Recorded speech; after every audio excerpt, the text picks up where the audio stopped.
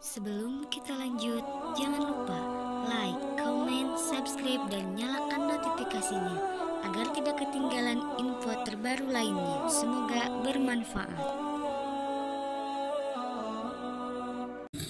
Nah, sehingga saudara-saudara, ya marilah kita memperkuat iman Islam kita, karena dengan hanya berislam kita bisa dijauhkan dari godaan syaitan.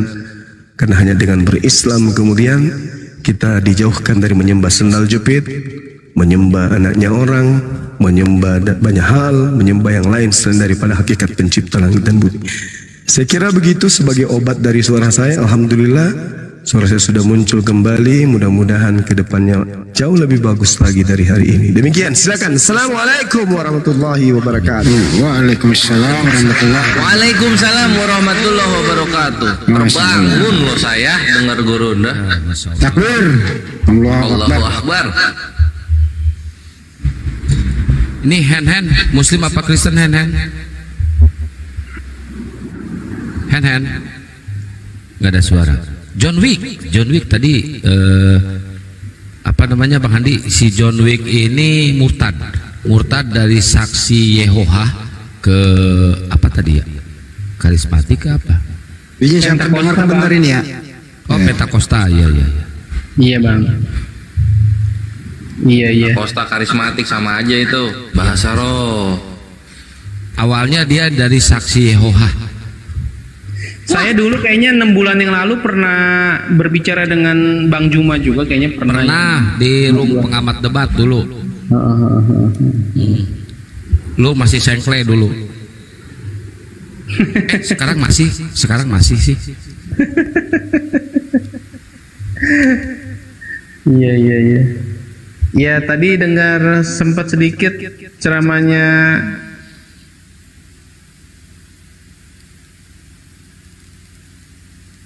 Mana tuh maksudnya? Apa sih? Tadi kan saya dengar sedikit ceramahnya Bang Ju memerangi apa namanya? Saudaranya iblis. Yang dimaksud siapa itu maksudnya?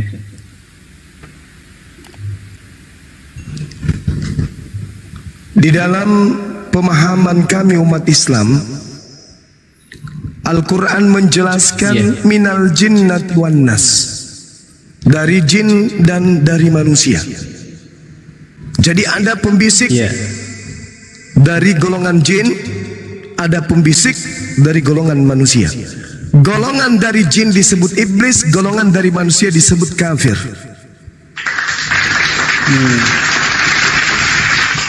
Ada dua pengajak di sini. Islam mengajak, Kristen pun mengajak. Islam mengajak manusia menyembah kepada pencipta langit dan bumi yang maha suci lagi maha tinggi. Kristen mengajak manusia menyembah kepada makhluk bernama Kristus yang pernah mati. Itu pembedanya, itu di situ. Islam mengajarkan manusia untuk menyembah beribadah kepada sang pencipta yang maha suci lagi maha tinggi. Kristen mengajarkan manusia menyembah kepada makhluk yang digantung secara terkutuk di atas salib. Itu pembedanya kita. Oke, paham.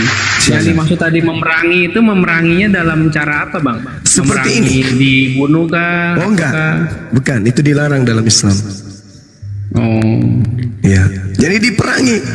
Ketika kemudian Kristen menghina Nabi Muhammad, menghina Allah, mendirikan STT, menghujat Allah, membuat lembaga Bible, menghujat nama Allah, maka Islam harus datang memerangi itu, meluruskan. Faqatilu awliya syaitan, perangi saudara-saudara setan itu supaya mereka sadar. Coba, Anda diajak menyembah kepada makhluk yang digantung di atas salib kan? Betul? Ya betul. Siapa yang ngajarin? Maksudnya siapa yang ngajarin bagaimana? Siapa yang ngajarin menyembah makhluk itu? Saya menemukan Yesus Kristus itu di dalam pengalaman pribadi sih bang. Dalam pengalaman spiritual. Nah ini apa kata iblis di dalam Lukas 4 nomor 6. Aku akan memberikan kuasa kepada siapapun yang aku kehendaki. Kalau iblis berkehendak memberikan kepada Anda kuasa, menerima penglihatan, membuat sesuatu yang luar biasa, jadi kaya raya, itu iblis sanggup. Sesuai dengan ungkapan beliau ketika Yesus dicobai. Jika engkau menyembah aku, kata iblis, maka aku akan memberikan kepadamu kerajaan dunia dan kemuliaannya.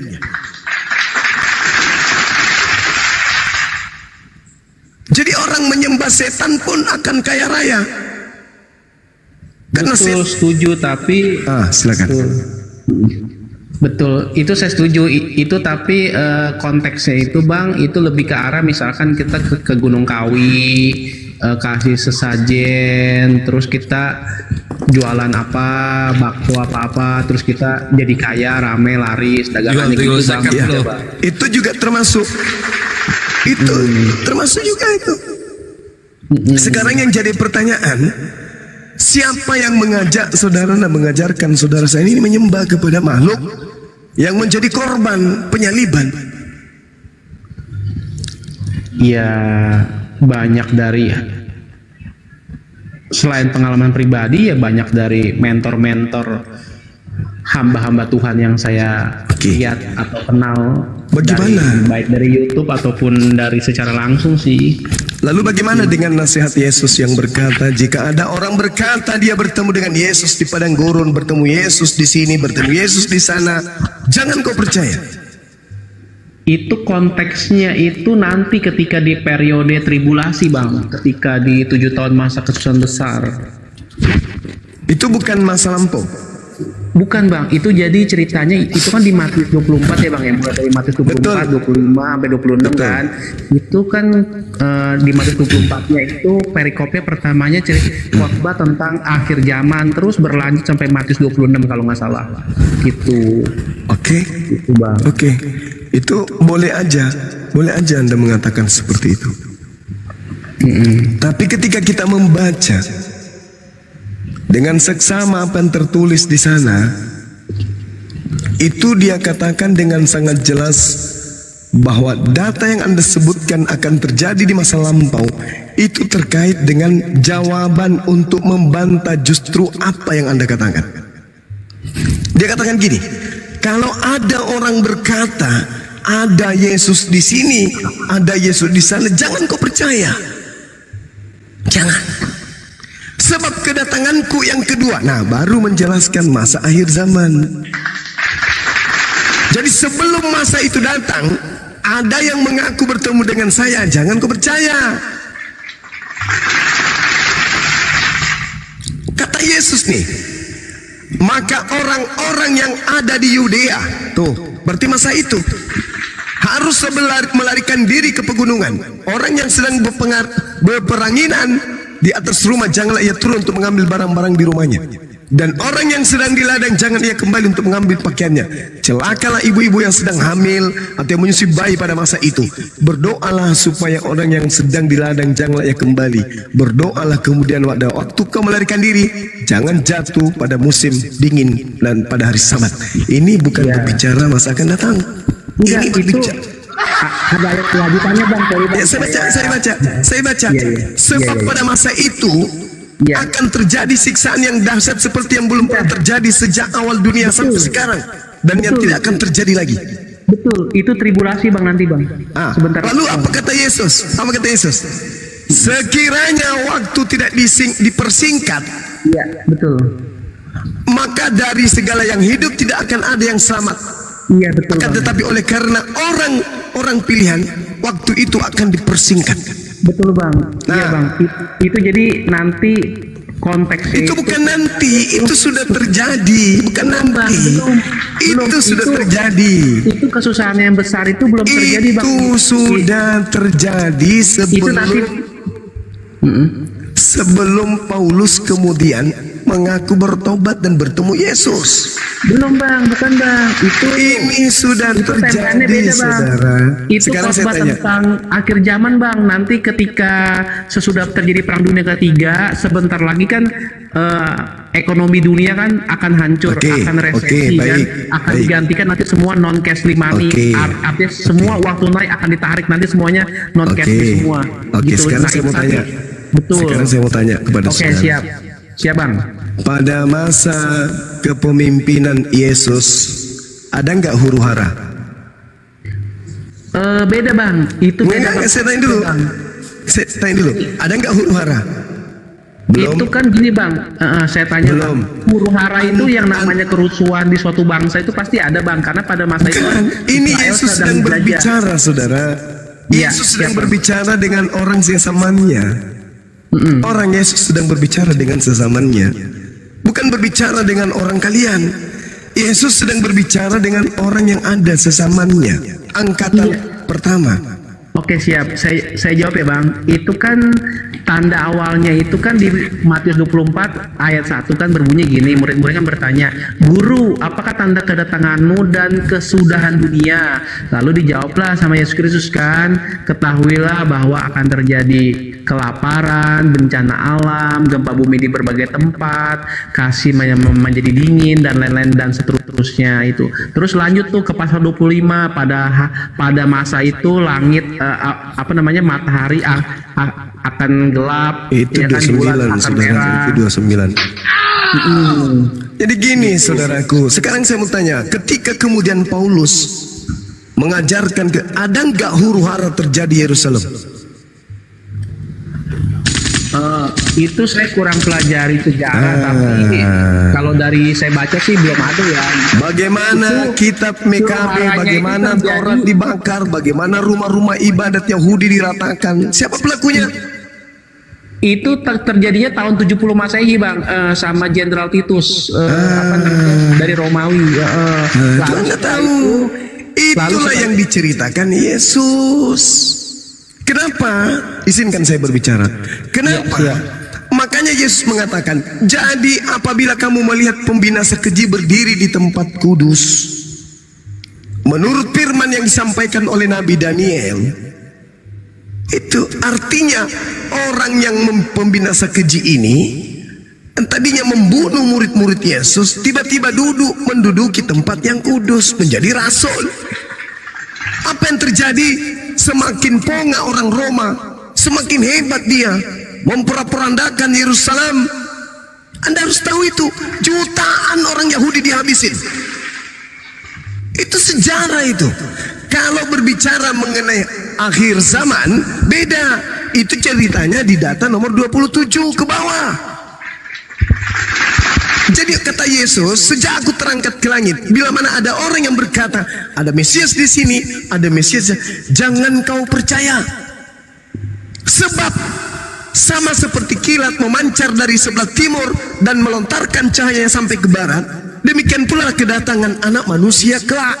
Itu baru bercerita akhir zaman, di mana ada bangkai, di situ burung nasar berkerumun.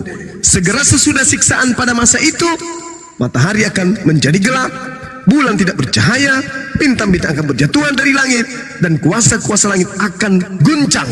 Pada waktu itu akan nampak tanda Anak Manusia di langit, dan semua bangsa di bumi akan meratap, dan mereka akan melihat Anak Manusia Yesus datang di atas awan-awan dengan segala kekuasaan dan kemuliaannya.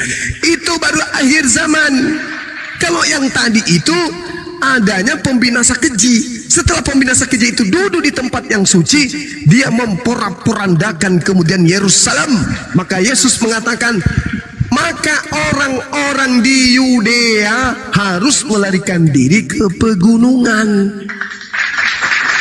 Karena itu bercerita peperangan yang dipimpin oleh pembinasa keji yang menduduki tempat suci, menjadi paus, menjadi rasul. Itu yang harus Anda pahami. Maka Yesus tekankan, jangan kau percaya ketika ada orang berkata ada Yesus di sini, ada Yesus di sana. Jangan kau percaya, jangan kau pergi ke sana.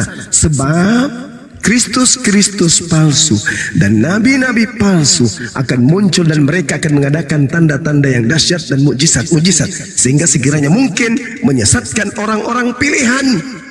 Siapa orang pilihan? Ke-12, ke-11 murid Yesus. Yohanes 6 nomor 70, bukankah aku yang memilih engkau? Jadi orang-orang pilihan ini juga akan disesatkan kemudian. Jangan kau percaya, camkanlah. Aku sudah mengatakan terlebih dahulu kepadamu. Jadi apabila ada orang berkata, lihat Yesus ada di padang gurun, jangan kau pergi ke situ. Atau lihat ia ada di dalam bilik penjara, jangan kamu percaya. Sebab, nah ini baru bicara mengenai akhirat, mengenai tanda-tanda kiamat. Sebab aku untuk datang yang kedua kalinya, sama seperti kilat memancar dari sebelah timur dan memontar cahayanya sampai ke barat, demikian pula lah kedatangan Anak Manusia kelak. Tolong dipahami itu. Tolong dipahami. Boleh saya jawab, Bang? Silakan. Jadi gini, Bang. Itu namanya di dalam di dalam pemahaman teologi itu namanya double application. Jadi double application itu adalah pernah terjadi di tahun 70. Nanti lagi jangan ketawa dulu ya, gua nggak suka John. Oke. Silakan. Oke. Jadi itu namanya double application. Jadi yang pertama itu terjadi di tahun 70 Masehi, di mana Jenderal Titus itu meratakan bait suci orang Yahudi dan membawa darah babi untuk dinajiskan dan mengambil seluruh perkakas emas-emas dari bait suci Yahudi itu untuk dibawa, ya kan. Itu yang pertama. Yang kedua, nanti akan terjadi lagi di periode tribulasi sesudah bait suci Yahudi yang ketiga nanti akan dibangun oleh bangsa Israel, ya kan. Nanti di 3,5 tahun kedua di awalnya itu akan dinajiskan kembali oleh antikristus atau oleh dajjal. Kalau di dalam pemahaman kekristenan seperti itu, yang diawali dengan terjadi perang dunia ketiga, kolapsnya ekonomi dunia, dan terjadinya rapture. Bang Juma pernah dengar tentang rapture nggak? Pernah dengar bahasa rapture nggak? Atau tribulasi? Halo? Lanjut. Iya, halo. Iya, Bang Juma pernah dengar tentang rapture atau tribulasi nggak, Bang? Iya, pernah. Zaman kejahatan 7 tahun terakhir dan kekejaman manusia untuk mencapai puncak. Pernah, dan itu terjadi kan. Bagaimana kemudian Paulus lagi sakit ya, Bang? Lagi batuk. Oh. Lanjut aja. Iya, jadi ya kurang lebih seperti itu sih kalau dari pemahaman dari sisi sudut pandang Alkitab ya gitu. Nah sekarang gini, kalau Anda menolak itu, coba kita lihat dalam Lukas 21. Ketika Yesus mengangkat muka melihat kepada orang-orang kaya dan seterusnya. Lalu kemudian Yesus berkata, aku berkata kepadamu, sesungguhnya janda miskin ini memberi lebih banyak daripada semua orang itu. Sebab mereka semua memberi persembahan dari kelimpahannya, tetapi janda ini memberi kekurangannya, bahkan ia memberi seluruh nafkahnya.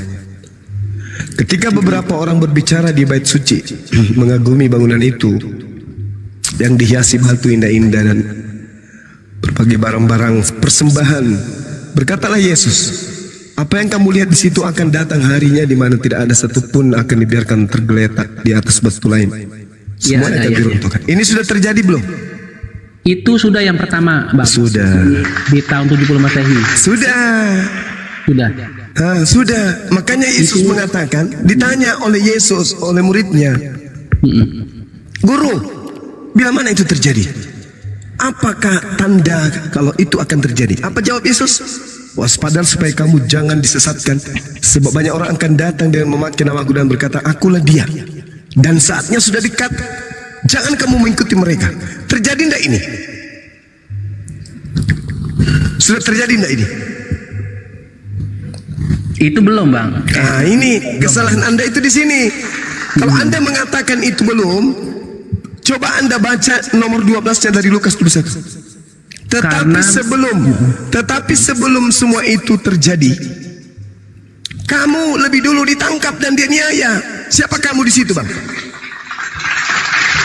Nah, itu double application. Jadi bisa untuk murid-murid di itu abad Anda jawabkan, pertama, Anda Kristen. bisa juga untuk orang-orang Kristen nanti di periode tribulasi yang tidak di rapture. Pengikut dan Yesus dianiaya sudah tak sampai ada mati. di sini, ya Allah ya Karim. Pengikut Yesus hari ini sudah tak ada. Gimana Bang? Pengikutnya Yesus hari ini sudah tak ada. Ini berlaku untuk masa itu, masa lampau. Baca nomor 12-nya. Tetapi sebelum semua itu, kamu di sini bukan untuk orang Kristen. Justru Kristen inilah yang akan ditemui Yesus dan akan diusir. Penyalah daripadaku, kalian semua adalah pembuat kejahatan. Aku tidak mengenal kalian. Sedangkan yang dimaksud di sini, waspadalah supaya kamu jangan disesatkan, sebab banyak orang yang akan datang dengan memaki namaku dan berkata, akulah Yesus, akulah dia, dan saatnya sudah dekat. Jangan kamu mengikuti mereka. Banyak orang, Lukas, Markus, Matius, termasuk penulis Lukas ini, jangan kau ikuti mereka. Karena Lukas ini hanya melakukan penyelidikan sehingga ia mendapat pernyataan-pernyataan Yesus tersebut. Jangan kau ikuti mereka. Tetapi sebelum itu terjadi, wahai murid-muridku, kalian akan ditangkap dan dianiaya. Kamu akan diserahkan ke rumah-rumah ibadah dan di penjara-penjara, dan kamu akan dihadapkan kepada raja-raja dan penguasa oleh karena namaku. Ini dialami tidak murid Yesus yang pertama? Angkatan pertama dialami nggak? Angkatan pertama dialami dalam arti yang mengalami penyiksaan itu. Iya. Mengalami Terus penyiksaan siapa itu yang dia. kedua yang Anda maksud? Itu nanti di periode tribulasi, Bang. Di Siapa? periode- Kristen. Iya, betul, Bang. Siapa yang bakal menganiaya Kristen? Nanti, Bang. Siapa Nanti, yang mau menganiaya kalian? sebentar lagi, Bang, sama Siapa? Nanti Di mana? Di mana sejarahnya?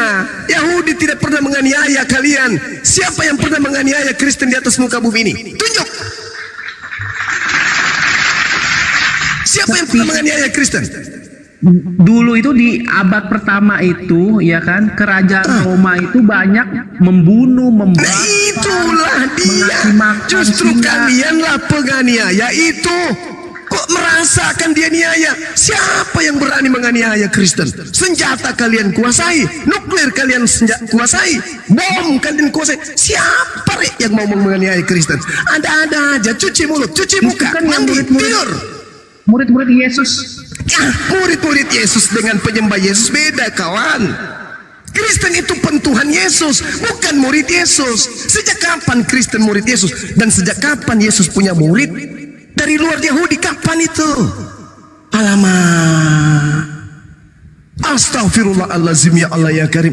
Jangan ngadi-ngadi, jangan ngaku-ngaku akan dianiaya, Ayu, jangan. Tidak ada yang pernah menganiaya Kristen, tak ada. Sudah Kristen banyak, merambah ke seluruh Sudah dunia dengan banyak, cara Bang. menjajah. Oke, saya jawab ya. Nah, silakan. Saya jawab ya. Kristen mau dianiaya, ngeri aku, Bang. Oke, saya jawab. Di Korea Kristen. Utara, di Korea Utara, di Cina itu Kristen itu di zaman Mao Zedong itu. Ngapain Kristen yang berangkali jauh kali ke sana? Ngapain ke Iya, sana?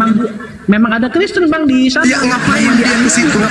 Ngapain ke negaranya orang? Ngapain coba? Orang sudah punya kepercayaan di sana kok. Kalian yang cari masalah.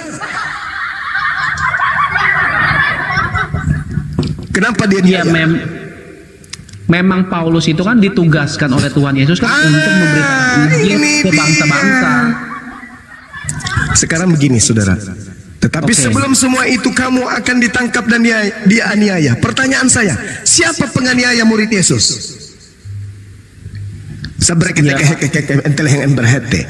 Siapa yang menganiaya murid Yesus? Ya banyak. Yang Siapa? pertama-tama di jemaat di Ya, abad siapa? pertama itu kerajaan Roma. Kenapa lari ke situ? Tunggu dulu. Siapa pertama-tama yang menganiaya murid Yesus? Iya itu Ya itu. ahli-ahli Taurat, orang Farisi, Siapa? dan kerajaan Roma. Iya, Siapa? waktu itu kan kerajaan kisahnya Roma? Oke, saya jawab ya, Bang, ya, boleh ya? Saya jawab ya. Pertama-tama memang sebelum itu kan memang kan waktu itu kan namanya kan Saulus. Saulus itu memang belum bertobat waktu itu. Saulus Bertobat itu, dari? Iya, sebentar saya jelaskan dulu. Saulus itu kan adalah orang Farisi. Dia itu berkobar-kobar untuk menganiaya dan memburu murid-murid Yesus yang percaya bahwa Yesus itu mati dan bangkit pada hari ketiga, ya kan? Dan memberitakan bahwa Yesus itu adalah Mesias. Nah, itulah yang diburu oleh Saulus, ya kan? Tetapi ketika perjalanannya hendak ke Siapa Damaskus, pelakunya, saudara? Saulus, ya kan? Saulus. Lantas kemudian, tunggu sabar. Yang menganiaya murid Yesus, kata Yesus, sebelum itu terjadi, sebelum penyesat itu muncul, terlebih dahulu pelakunya apa? Menganiaya kamu. Setelah melakukan penganiayaan, baru mereka datang mengaku-ngaku, membawa namaku dan menyesatkan. Siapa yang menganiaya murid Yesus? Itulah penyesatnya. Coba belajar lagi. Waspadalah supaya kamu jangan disesatkan, sebab banyak orang akan datang dengan memakai namaku dan berkata, akulah dia, dan saatnya sudah dekat. Sudah dekat. Jangan kamu menganiaya, jangan kamu mengikuti, jangan kau mengikuti sang penganiaya itu. Meskipun dia bertobat, jangan kau ikuti, karena dia penyesat. Cara menyesatkan itu berpura-pura. Makanya disebut serigala berbulu domba. Orang yang tadinya serigala berpura-pura bertobat agar dianggap domba, padahal bukan domba. Kisah Para Rasul 22 nomor 4. Dan aku telah menganiaya pengikut-pengikut jalan Tuhan sampai mereka mati. Laki-laki dan perempuan ku tangkap dan ku serahkan ke dalam penjara. Siapa itu? Itu siapa? Paulus yang kemudian kata Yesus, jangan kau percaya, jangan kau ikut dia. Dia adalah serigala yang nyamar domba. Itu fakta real data di dalam kitab saudara. Makanya kitab saya mengatakan, wa makaru wa makarallah wallahu khairul makirin. Mereka ingin menipu, mereka membuat makar, tetapi Allah kemudian membalas kejahatan mereka. Sampai-sampai kejahatan mereka itu Tuhan balas. Tidak akan pernah sampai benang merahnya antara pengajaran Yesus dan ajaran Kristen. Mau sampai kiamat, ajaran Kristen dan ajaran Yesus tidak akan pernah menyambung satu sama lain. Percaya sama Bibelmu, Bung. Bibelmu yang menerangkan itu. Saya cuma membantu. Tuhan titipkan lisan saya ini untuk supaya Anda pahami. Terlalu jauh Anda mengatakan Yesus Kristen nanti akan dianiaya. Siapa yang berani menganiaya Kristen, Cahayu? Siapa?